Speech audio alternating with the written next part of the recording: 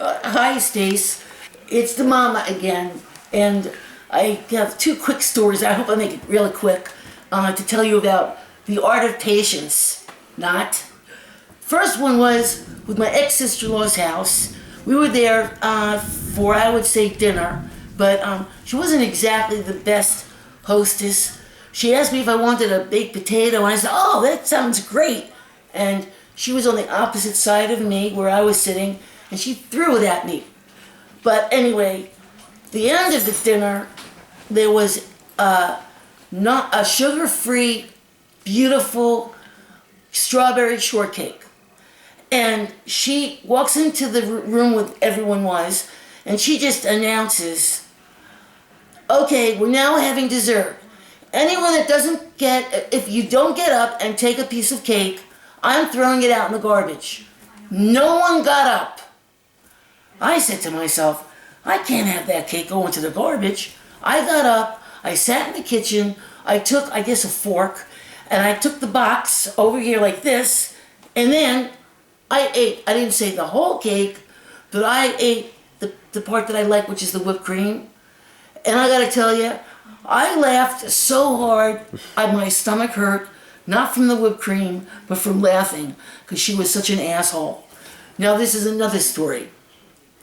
I had a Chilean roommate from my first apartment in Manhattan, and she was a real classy lady. At that point, I would say we were totally opposite. We were fairly young at the time, and she decided to make dinner.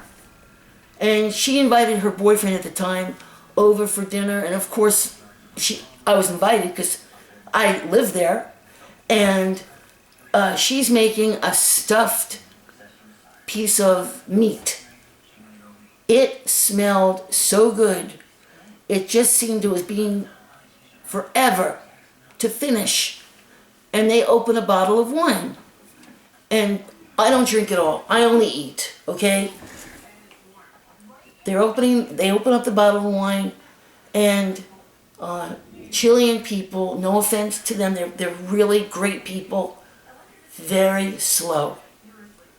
So she's really taking her time at finishing the bottle with her, at the time, boyfriend.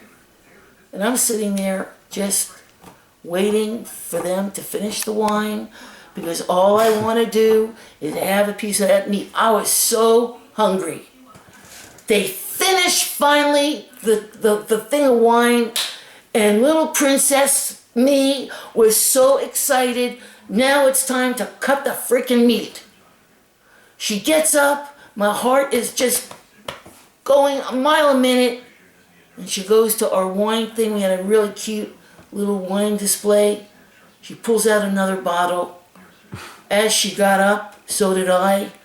I physically went to the stove, took out the stuffed piece of meat, cut off a huge chunk, because little princess was really hungry, and I took the chunk and I put the rest of it back in the stove, and I went to the little table, and I had such a good time. And I told her, Marge, I used to call her Marge, Key, which means Marge is not here, because all the people that would call her on the phone, they would all be speaking this beautiful Castilian Spanish, which of course I do not speak. I know a few choice words now from living with her, but I was so happy and excited that I finally ate. If you could see the look that I got from my Marginoa Key, you would pee in your pants. But that's life. Sometimes we have to do what we have to do. And that was one thing that the Momma had to do. Because when we're hungry, that takes over. Hey, I forgot to ask you, what does Judaism mean to you, Mom? And what, that kind of... Well, I think anyone that believes basically in anything is wonderful. Because I think it's extremely important for anyone just to have some kind of belief. And whatever belief that might be is fine. Now, I was brought up pretty religious as a young Jew, and of course I was always anxious to get to temple on Saturdays, and went to Hebrew school, the whole 9 yards. And that's how I was brought up. And so that was my beginning of my life with Judaism. And I learned at that point that there's no such thing as a bad Jew. You could pray in your house, you could pray down the street, you could pray in your backyard. You don't have to be staring at the pulpit, looking at the various and sundry items in Judaism. You don't have to be that. That's a necessity that I don't have. Because again, in Judaism, there is no such thing as, quote, a bad Jew. Now, there's different sects in Judaism that's basically not true, because it depends on what sect you belong to. I basically am called a Reconstructionist Jew, because if you think many years ago, you could not mix meat with milk.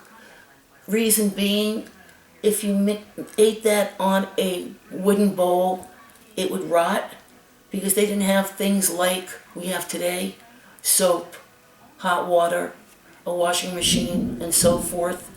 So that was so many years ago, you just couldn't mix that stuff. So as a Reconstructionist, I believe that what's in your heart is the most important thing. And so, yes, I really enjoy being a Jew. I'm very proud of just all the things that we Jews had to go through to be allowed to believe in what we want to believe. Did you tell her I spent some time in Israel? I don't know if I mentioned it. I lived in Israel for a while, and it was the most wonderful experience. And I originally was going to get my master's at the Haifa Institute. And then being there, it was over 6 months at that time, I said to myself, I can't live here. I was very, very lonely. It wasn't that I wasn't with people, because I was on a kibbutz, and there was always people around. So it wasn't that I was, without people. I had absolutely no relatives, none. And I could not believe how much I missed my relatives. And at that time, most of them were still alive. And I just knew that I was going to go home. It's Marshall. Anyway, that's that story. We'll finish up. Hello? Take care. Love you. Bye. You're here? It's time to get food. I'm hanging up. Israel, to be continued.